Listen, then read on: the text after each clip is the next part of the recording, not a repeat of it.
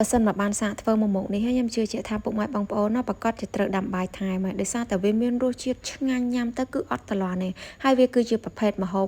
ការឬក៏ម្ហូបបនដែលនៅកន្លែងខ្លះគេដាក់អញ្ចឹងទៅថ្ងៃនេះគឺខ្ញុំនឹងមកចែករំលែកវិធីនៃការធ្វើសម្លម្ជូរក្រាក់ពោះគោបែបងាយប៉ុន្តែគឺថាមានរសជាតិឆ្ងាញ់ជាប់ចិត្តហ្មងគ្រឿងផ្សំហ្នឹងគឺមានដូចខ្ញុំបង្ហាញជូនអញ្ចឹងគឺមានពោះគោ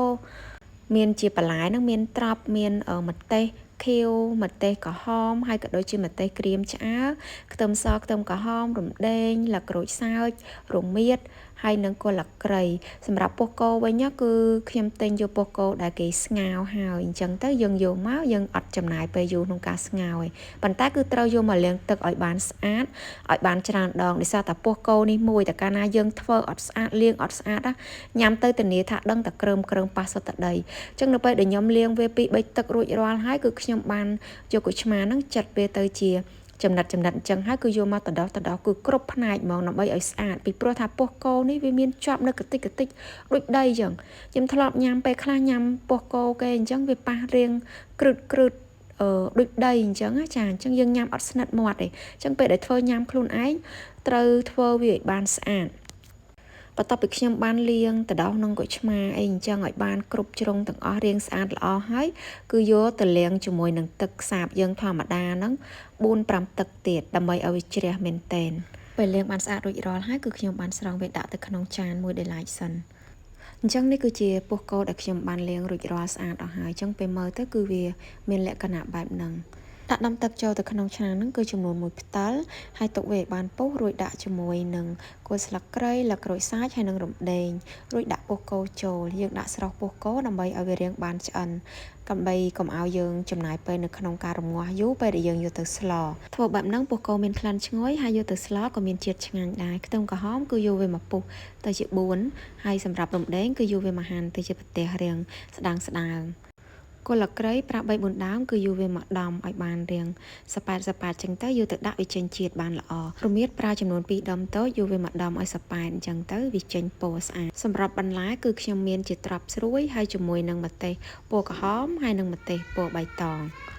ត្រប់ស្រួយហ្នឹងគឺយើងយកមកចិតក្បាលចិតកតុយហើយនឹងយើងពុះទៅជាជ្រុង4បែបហ្នឹងដូចខ្ញុំហើយនៅពេលដែលយើងចិតហើយគឺត្រូវប្រញាប់យកទៅដាក់ត្រាំទឹកធ្វើបែបហ្នឹងទើបត្រប់ស្រួយហ្នឹងនៅតែរក្សាពណ៌សស្អាតវាអត់ឡើងកម្ៅទេម្ទេសពណ៌បៃតងហើយនឹងម្ទេសពណ៌ក្រហមហ្នឹងគឺយកវាមកហាន់ទៅជា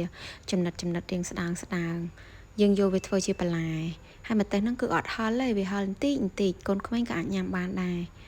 បន្ទាប់ពីចិតបន្លែរួចរាល់ហើយគឺខ្ញុំបានយកវាមកដាក់ត្រាំទឹកលាងទឹកវាឲ្យបានស្អាតរួចសម្រោះទុកម្រះព្រៅគឺប្រើរាងច្រើនបន្តិចបានឆ្ងាញ់ហើយឈ្ងុយស្លោមួយមុខនេះហើយអញ្ចឹងយើងអាចបេះយកទៅស្លឹកមករួចយកទៅដាក់ត្រាំលាងទឹកហើយនឹងសម្រោះឲ្យបានស្អាតដូចគ្នារៀបចំបន្លែបានរួចរាល់ហើយងាកមកមើលពោះគោរបស់ខ្ញុំគឺឃើញថាបានផុយល្អយើងធ្វើបែបហ្នឹងទៅចំណេញពេលស្រង់ដាក់មកហើយគឺអាចចាក់ចូលទៅក្នុងចានដែកមួយនិងចាក់លាងជាមួយនឹងទឹកធម្មតា2ទឹកទៀតទៅតែប៉ុណ្ណឹងឃើញថាពោះគោរបស់យើងគឺបានស្អាតហើយយកពោះគោមកហាន់ទៅជា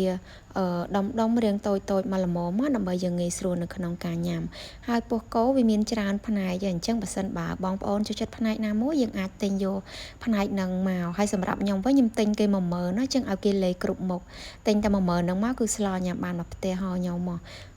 តមកទៀតគឺយើងដាក់ប្រេងឆាចូលទៅក្នុងខ្ទះហ្នឹង1ស្លាបព្រាបាយកន្លះទៅហើយយើងដាក់គ្រឿងយកមកលីងដើម្បីវាឡើងក្លិនឈ្ងុយគ្រឿងយកមកដាក់លីងហ្នឹងគឺមានដូចជាខ្ទឹមសខ្ទឹមក្រហមគល់ស្លឹកគ្រៃល្ក្រូចសើចរំដេងហើយនិងល្មៀតយើងបន្តការលីងធ្វើយ៉ាងណាគ្រឿងរបស់យើងវាបានចេញពណ៌ហើយនឹងមានក្លិនឈ្ងុយសិនទៅចាំយើងដាក់ម្ទេសឆ្អើរដែលយើងបានបុកល្អិតហើយនឹងចូលហើយម្ទេសនេះប្រើរាងច្រើនបន្តិចដូចខ្ញុំអញ្ចឹងទៅទើបធ្វើឲ្យស្លរបស់យើងហ្នឹងគឺវាមានពណ៌ស្អាត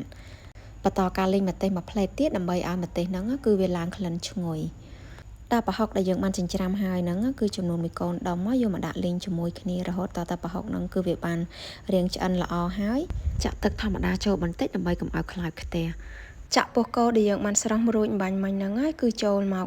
លីងជាមួយនឹងគ្រឿងរបស់យើងដើម្បីឲ្យវាឡើងពណ៌ស្អាតលីងមើលទៅពោះគោបានពណ៌ក្រហមស្អាតហើយនឹងមានក្លិនឈ្ងុយបែបហ្នឹងហើយគឺចាក់ជាមួយនឹងទឹកធម្មតាចូលគឺចំនួន1កូនចានសិនយើងកុំតន់ដាក់ច្រើនពេកដោយសារតែយើងចង់រំងាស់ពោះគោឲ្យវាបានរាងចូលជាតិហើយនឹងឡើងផុយបន្តិចសិនរួចដាក់គ្រឿងផ្សំចូលដែលមានដូចជាស្ករ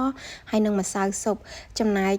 អំបិលយើងកុំតន់អាលដាក់ដោយសារតែមិញហ្នឹងបានដាក់ប្រហុកហើយអញ្ចឹងបន្តការទុករំងាស់ពោះគោនឹងមួយសន្ទុះសិន ពេលពួកកោបានពុះល្អបែបហ្នឹងហើយគឺអាចកូរវាមិនតិចទៅរួចចាក់ទឹកធម្មតាចូលហ្នឹងគឺចំនួន1លីត្រទៀតមកដើម្បីឲ្យវាសមល្មមជាមួយនឹងបរិមាណសាច់ហើយនឹងបន្លែរបស់យើងខ្ញុំបានស្រង់យកគល់លក្រីហើយនឹងលក្រូចសើចេញទៅដើម្បីកុំឲ្យវានៅទៅនៅក្នុងឆ្នាំង